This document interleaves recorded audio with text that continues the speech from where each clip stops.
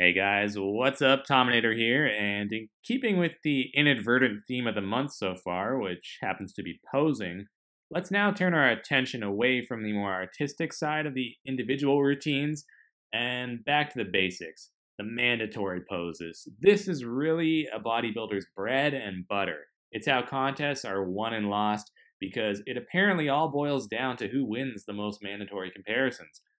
And while many guys can look outstanding in one or two shots, like Brandon Curry here in the front double biceps, for example, that's common. What's rare is to find someone who excels in, say, four or five different mandatory poses and can pretty much bury the competition that way. But before we get into it, I'd like to mention a couple guys here that were so well rounded and balanced, they didn't seem to even really have a bad pose, like Sean Ray or even Jay Cutler. The thing is, great as these guys may be, they never really tended to dominate the lineup to the same degree as the three names we'll be featuring in this video. And yeah, that might sound silly to say about a four-time Olympia champ like Jay, but it is what it is. This is just my opinion. So these three bodybuilders we're about to take a look at are what I'm unofficially calling the masters of the mandatories. The first and foremost being six-time Mr. Olympia, Dorian Yates. We all know Dorian simply crushed it in poses like the front lat spread, side triceps, and of course the two back poses. Of the three, I would say he's easily the best and most proficient poser because he knew how to hit poses effectively and in a way that minimized his weaknesses. The second guy is eight-time Mr. Olympia, Ronnie Coleman. Now, Ronnie might not have been as technically sound as Dorian, but his physique was so massive and incredible that he filled out poses like no other and can pretty much outmuscle anyone on stage at any given point and run away with it so long as he was conditioned. Just like Dorian, he owned the two back shots and was also a force of nature in the front double biceps, side chest, and most muscular. And finally, as a bit of an afterthought, I decided to throw Phil Heath's name into the mix as well, just to see how he'd stack up next to these two legendary mass monsters. I know it seems cool these days to hate on Phil, but the truth remains that he's still a seven-time Mr. Olympia, and in his heyday, he had one of the most complete and fully developed physiques we've ever seen. And just like Dorian or Ronnie before him, he really only had maybe two or three weak poses, but tended to destroy people in all the rest. So I think he's a worthy inclusion. So what we're going to do is have ourselves a little old-fashioned showdown between these three great champions, and I'll break down how each of them fares in the 8 mandatory poses, and even who comes out on top based on this virtualized comparison, which admittedly is far from perfect, so take everything said here with a grain of salt, because this is mostly just for fun, guys. And I tried to select picks from some of their strongest years, so for Dorian, we're talking 1993 and 95, Ronnie mostly from 98 and 99, and for Phil, it's pretty much all 2011 and 2013. All right, so with that out of the way, let's get into it. In the front double biceps, I've got Ronnie winning it here. Those mountain peak biceps are a standout feature that really pushes him over the top ahead of Phil here, because otherwise they're pretty comparable. They both cut a good outline with nicely separated thighs and relatively streamlined waists with decent flare through the lats. But Big Ron's buys are just too much, and so he gets the W. Dorian Yates was always pretty lackluster in this one, even here in 93 before he tore that left bicep. His arms were never a strong point in this position, and he lacked any sort of outer quad sweep, so he's a clear third place. But in the front lat spread, it's Dorian Yates all day long. It's practically indisputable that he's the best to ever do it. He just fills it out so perfectly with those insanely wide lats. In this picture, his pecs and shoulders also look incredible. I will say, though, that Ronnie also looks pretty exceptional. People give him a lot of flack for not hitting this one well, but that really only started around maybe 2000 once he got a little bigger. But back in the 90s, like here in 1998, he was still executing it properly without smushing his neck into his chest and all that, and he looks like $1,000,000. In fact, I could even see an argument for putting him ahead of Yates here because of the better upper arms and whatnot, but no. Come on, guys. Let's put it in perspective and remember that Dorian's still a master of this pose and was much more consistent in it. Phil actually looks surprisingly respectable here in 2013. You can see he's got a good V-taper and the best lower body by far. But unfortunately, he's at a real structural disadvantage with those narrow clavicles, which always limited his width through the shoulders and made his chest appear somewhat pinched in this position. But still, he looks pretty good in his own way, but the order here would have to go Dorian, Ronnie, then Phil. In the side chest, this is another one for Big Ron in my book. He's just too big and thick for even the likes of Dorian or Phil. His pecs have a round, full quality that Phil simply can't match, and I would even give a slight edge to him in the arms and shoulders from this angle. Leg-wise, they're pretty even from the side. I'd probably lean towards Phil, actually, for that ridiculous hamstring sweep, but Ronnie's already done enough upstairs to seal the deal. Dorian, I feel, was always somewhat average in the side chest. His chest always had a somewhat awkward look from the side, and his arms can't measure up to the likes of these two.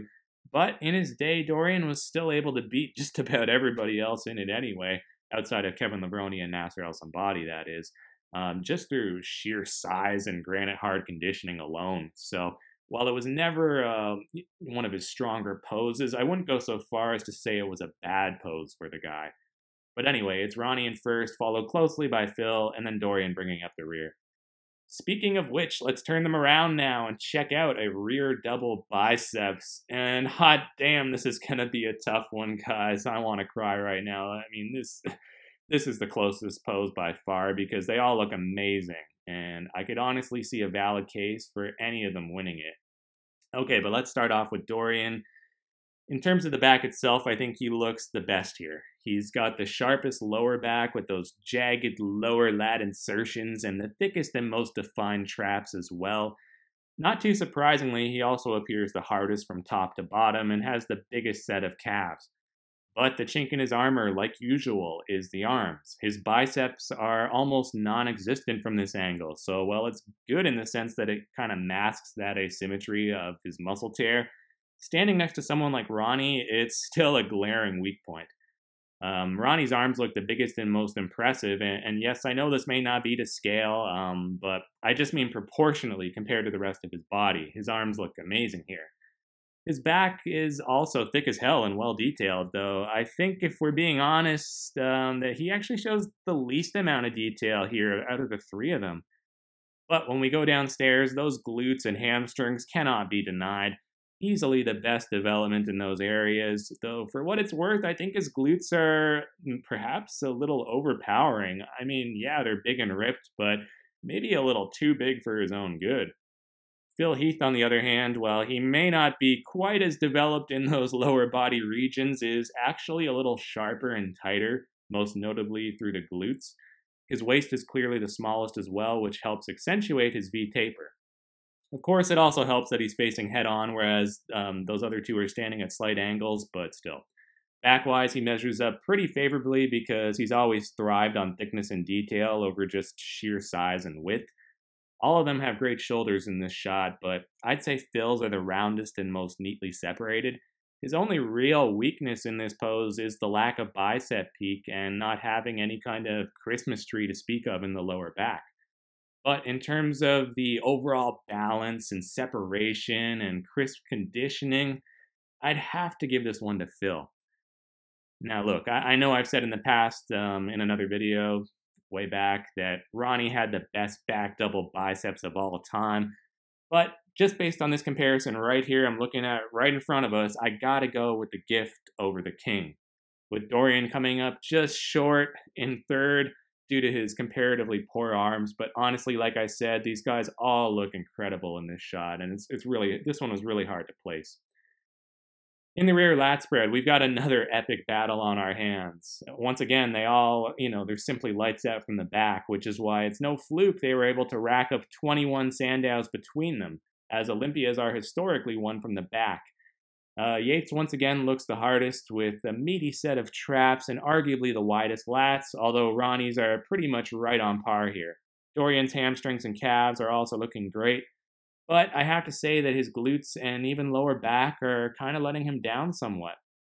Ronnie looks like an absolute behemoth, however. Those traps are just insane, especially the upper part. And, they look like they belong in a pop-up book the way they're coming out at you like that. Glutes and hamstrings wise, he can't be touched. No disrespect to Phil, but you're just not beating this. But once again, Phil does fare surprisingly well here, despite giving up so much width to these two larger-framed bodybuilders. Largely this comes down to posing technique. I think that Phil hits it the best by leaning back into it, and this goes for both the back shots, by the way. This not only brings his upper back closer to the camera, making it appear slightly larger and wider than it otherwise would, but it presents the judges with a more favorable angle as well, since they're sitting down below stage level and would be looking up at him. So, I don't know about you, but it seems like a total no-brainer, and I'm not sure why they don't all do it. Dorian tends to hit his back poses in a more neutral or upright position, whereas Ronnie makes the mistake of leaning forward, slightly rounding his back, and this might help make his trap stand out more, but at the expense of some lat width and also less flexion in the lumbar area. Fortunately for Big Ron, though, the guy was such a beast. He had size and width to spare, so even with some flawed posing, he still manages to come out on top here. I'd put him in first again, with Dorian a close second, and then Phil not far behind. In fact, based off of this comparison, I'm even tempted to put Phil ahead of Dorian, just for the extra detail and conditioning, but I mean, come on, guys. It's a lat spread, and Dorian owns in the lat spreads and would most likely thoroughly outmass Heath if you stood them together, so let's just give the shadow the benefit of the doubt in this one. But now we move on to the side triceps, where Dorian will get some revenge because his execution here is just head and shoulders above the others. I mean, don't get me wrong, guys. In terms of the triceps as a body part, there's no denying that Phil's better. Look at how full and meaty that lateral head on Phil's tri is, not to mention some faint feathering and probably a better biceps and shoulder as well. But with Phil, his pose is almost exclusively focused on the arm and shoulder, it seems. I guess that hamstring as well is a standout body part with a crazy sweep once again, but the rest of his body isn't really showcased in the best light. His posture looks a little off here. He's slightly hunched over, making his chest appear a bit droopy and his stomach a tad distended. Now, it's not a bubble gut by any means, but it still doesn't look quite as flat as it should. But contrast that with Dorian, who looks rock solid and just exudes raw power in this stance. Not only does he somehow manage to transform his otherwise lackluster upper arms into some of the best-looking triceps ever, but his chest and abs and shoulders, everything just fits together perfect here. The trailing calf is the icing on the cake for me, as Dorian manages to look the most balanced and polished from head to toe and definitively beats out two more genetically gifted bodybuilders with fuller muscle bellies. But let's just take a minute to talk about Ronnie. And this pic here, it was taken from the 2001 Arnold Classic, and it's probably one of the very best side triceps you'll ever see of the guy because, generally speaking, he was pretty subpar in this pose. Even here, you can note the thinness of that outer head on the tricep. However, he does have some tremendous feathering to help compensate for that, but it's not enough. It's actually a really good side tricep pic, but compared to Phil's great side tricep and Dorian's world-class side tricep, he's definitely last in this one. The ab and thigh is another easy win for the shadow. None of these guys had great abs, but Dorian's are still the best of the bunch. Despite looking rather messy, they're the most defined and don't have, as much of an unsightly gap down the middle. This was always a surprisingly strong pose for Yates because of not only having one of the best midsections for a mass monster, but also that excellent lat flare, which really helped cut an imposing figure. The way he stuck out one leg to show off that immense teardrop in the quads down there by the knee, as well as that honking calf, was also a nice touch.